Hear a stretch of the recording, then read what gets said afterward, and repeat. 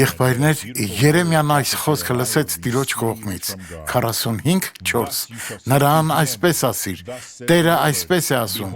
ահա իմ շինածը ես քանդում եմ, և իմ տնկածը ես խլում եմ, այսինքն այս բոլոր երկիրը, մի հավատացեք սատանայի կեղծավորությանը, այլ վերադարձեք Աստծո մոտ,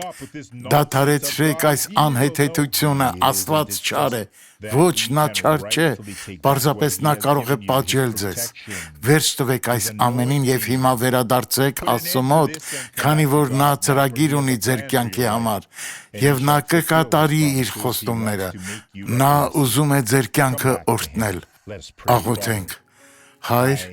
ես հիմա աղոթում եմ բոլոր նրանց համար, ովքեր պատրաստ են վերադառնալ և ստանալ քո օրհնությունը, նրանք այլևս չեն ուզում մեղքի մեջ ապրել, Հիսուսի անունով ես դատապարտում եմ բոլոր չարիքները ասելով, հեռացեք, Հիսուսի անունով, ամեն։